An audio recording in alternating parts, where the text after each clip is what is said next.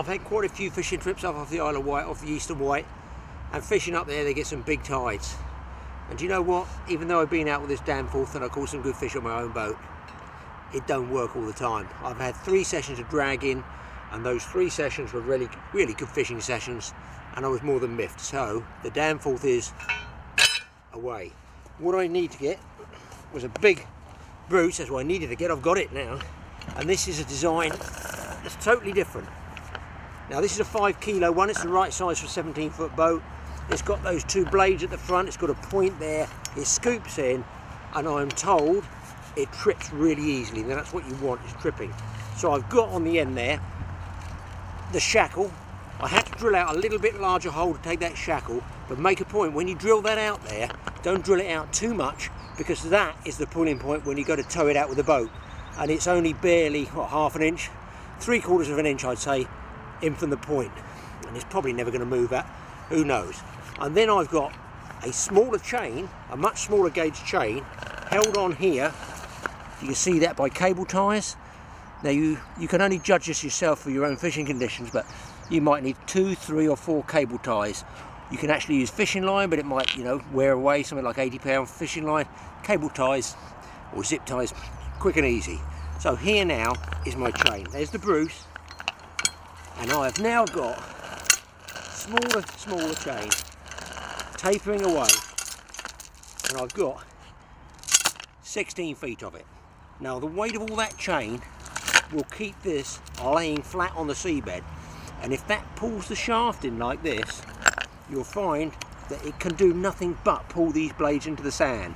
You don't want it tipping up like that. You don't want the anchor rope too shallow, and you certainly don't want the chain too short. It's got to be long to be levering it down, so that when it pulls in the tide, the boat's pulling against the tide, it's digging those blades right into the seabed.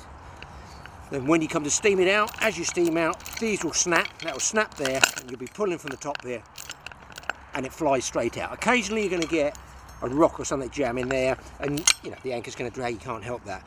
Generally, they tell me up the Eastern Wight, the Bruce anchor is the one to use. Now there is another type if you're fishing on rough ground, and I don't really fancy dropping a nice expensive Bruce down there. Let me show you this one. Now I fish down Cornwall relatively often, looking for the big sharks, and in between the shark drifts I like to anchor. And down there off the North Cornish coast, there's one thing they're not short of: A, sharks, and B, rocky seabeds. So I do not drop ever Danforths, Bruces, any other anchor except a Grapnel Anchor, which I make up myself.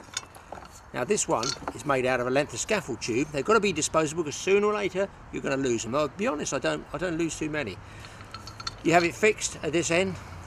What I do is have bolts coming out either side. Now another friend showed me, or another guy showed me that way there, nuts either side, so that should these break, you can undo the nut, take that out, and undo this nut, take it out, and take out this piece of stud work. It's just straight stud that's gone in there and then bolted, but I like it to go right the way through. But what you've got to do is don't drill all 4 holes the same, you know, direction. You've got to have 2 this way, and then 2 have got to come below that, otherwise you won't get the nuts on. So you have 1 bar through there, 1 bar through there, put the tips into a vise, and you only need a very slight curve. You don't need a big hook curve like this, you know. And this you can actually bend with a 17 foot on a big engine. You can actually bend back as well as just trip out. And there is the trip. You just put a bolt through the bottom there, cable tie it in there, and as you steam up with the boat, that will snap, and it will just take all the pressure here and just pull that anchor straight up vertically. The other thing is, because it's so snaggy down there, I can actually get away with a lot less chain. So I bolt together all my rubbish bits of chain. All you need, I've probably got about 8 to 10 feet. And sometimes down there as well, I don't want to lose my good anchor rope, because when you lose the anchor ropes, it's generally a slack water. So here you've got a big boulder, you're anchored this side of it, your boat's over the top. When that boat's at slack tide and it swings to turn the other way, it turns the anchor rope around whatever rock is down there, and you're jammed. You've got to cut the rope. I've done it, I know what happens. So very often it's better at slack tide, when it just picks up the tide, pull the anchor up, go and re-anchor, and you're pulled down into the tide properly. Right, here we are in the relative peace and quiet of the totally awesome workshop. Now, here's your stub work. That's what I call it, stub work. Threaded bar all the way up. Get it from DIY centres anywhere, and you can use washers and some straight nuts. Once they're going to go on, they're going to rust on generally. But what I've done is I've made these. I just get a length of stud, say they probably come in metre lengths. I've made that, for some strange reason, 11.5 inches long. But you know, whatever you want, 10, 12 inches is what I'm saying. And you can leave them on your boat, cut in sections like that. So if you lose one of those bars on that rough grapnel, it breaks off. Undo the nuts, drop it out, drop another one in, just bend it. You can even pre-bend them before you go. So you've got 2 fresh nuts to put on there as well. The scaffold tube, pick up for scrap yards for next to nothing. Just regular scaffold tube. I make 16 inches long, the shaft of scaffold tube. I drill 1 hole there, which I put a bolt through. Voila, through there, like this. You can leave it sticking over, just saw it. Put the bolts on before you saw it off, then you haven't got to refile the edges.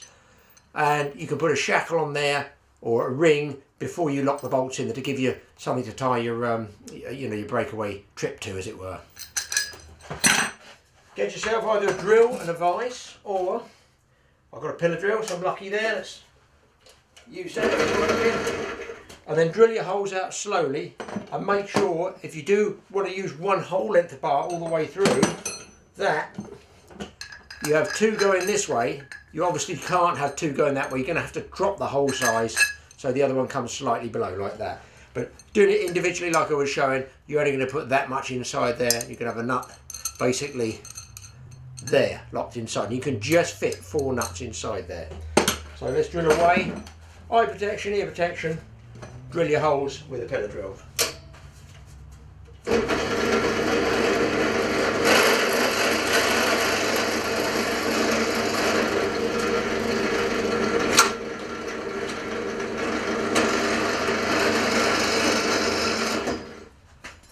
Right, now you've got these on, like this, you can put them... Oh, sorry about that. Now you've got these, you can see, you can just put your bars in there, and without too much trouble, just screw your nut on. First nut goes up nice and tight, and there, it's on there, look, and having pre-bent as well. So that is a great way to put the grapnel on, but I use a different way to put the chain onto the rope. Most people don't like using these carbine snaps, they use shackles a lot. I have no problem with them, and I'll tell you what, they're dead handy because I keep a rig made up with a grapnel anchor and another one with a sand anchor, so I'm adaptable. I can fish on the sand, or I can, you know, fish over rock, whichever the day demands. Right, everybody is different as how they want to fix their anchor, their anchor chain to their rope. This is how I've been doing it. I'm not saying it's the right way, it's the way I've been doing it. I'm happy with it. Last link of the chain, and I just get a shackle like this. So, pop it through the eye, into the thread, screw it right up. Okay, do it up nice and tight.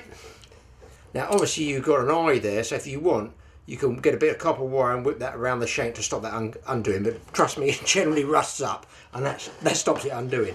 So there we are, there's my anchor. Now what I do is I'll keep the whichever length of rope I got coiled up, you know, for the depth I'm fishing. Sometimes I'm inshore, sometimes I'm offshore, so I've generally got 2 or 3 different loads of rope.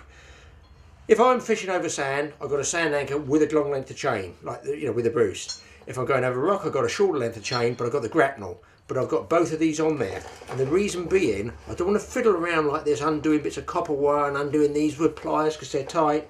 I use carbine snaps. Now, you see these mountaineering, I use them for fishing.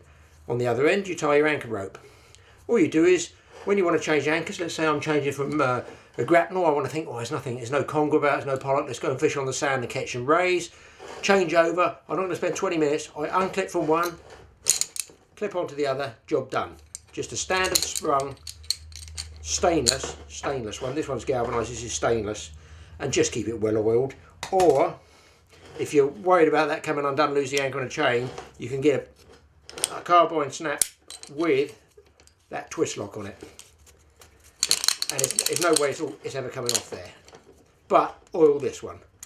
Each time a little bit of grease, undo it, free it off, change anchors. I mean, how simple is that? It's just add water. Okay, so what about anchor rope? Well, I think there's 2 types of anchor rope in there. There's cheap and there's expensive. If you want cheap, you can get 8 or 10 mil polyprop. cheap as chips. You could tow out Christmas parcels with it, nobody cares. I love using it over the rocks and reefs in shallow water. I don't see any reason why I should use my really luxury stuff. I just use this stuff. Yeah, it stretches a bit. Downside is it floats. You can also use nylon, which is a bit more expensive, thicker diameter. Downside, it floats. Now you might not think it's a problem, but you also want that sag in the rope to help with the chain to keep it low to pull it into the seabed. But what's more dangerous is a long rope out on a fast running tide. At slack water, you've got a lot of loose stuff there, and it rises up and just floats and coils around. And then some bright spark in a powerboat comes, or a yacht, comes powering across your bow. And trust me, there was a boat nearly pulled under off the Isle of Wight by a yachty that decided to use this poor guy's fishing boat as a turning point. Got his keel caught on the rope, and the bow of the boat nearly goes under. So, don't have a problem with using this cheap stuff, but if you want the good, well, it's not the good, the bad and the ugly, it's just the good, and the good. Anchor plat, this stuff. Now I mean this, it's expensive, it's always expensive this stuff, but look at it. It's just so, it's so supple. Screw it all up. Look, and it just goes bang, falls out, beautiful. It's like that stuff the magicians use, isn't it, when they do all this and then pull it tight. But it's beautiful stuff, look after it, don't lose it. Now what I want to do, I just want to give you a rough idea and show you how those anchors work with that chain, and it'll give you a ballpark idea how things work. Let me show you outside. Now when you're using something like a Danforth, you're going to drop it down to the bottom, the chain's going to hit the seabed, and if, like I said before, you're using a shorter, heavier length of chain, as you pull it along, those flukes, the points, are not going to dig into the sand too well. You're just going to sort of skate along the top, and the rise and fall of the boat can bump those blades out and actually lift the anchor, and you end up sort of leapfrogging your way down along the seabed, and you'll know when this happens straight away. If your leads are on the bottom, all the lines start going up past you towards the bow of the boat, and it's really infuriating, and it always seems to happen when the fish are coming on the bite. So that's the Danforth fishing with a short piece of chain.